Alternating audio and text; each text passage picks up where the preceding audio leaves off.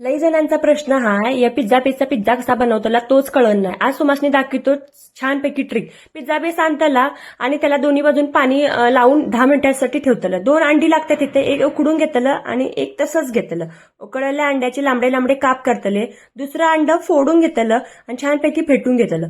फेटून झालं की त्या पिझ्झा बेसला ते अंड सगळं लावून घ्यायचं आणि अर्ध ठेवतलं. त्याच्यानंतर शेजवान चटणी लावायची, मेयोनीज लावायचं पसरवून, कांदा, टोमॅटो, उकडलेला अंडा आणि मक्याचे दाणे उकडून घेतले. ते छानपैकी पसरवून छानपैकी लावून घ्यायचं. एकामेकावर थर लावून घ्यायचे. मक्याचे दाणे असतात ते भरपूर सारे घालतले. त्याच्यानंतर चीज भरपूर सारं घालतलं म्हणजे छान होता तुमचा पिझ्झा.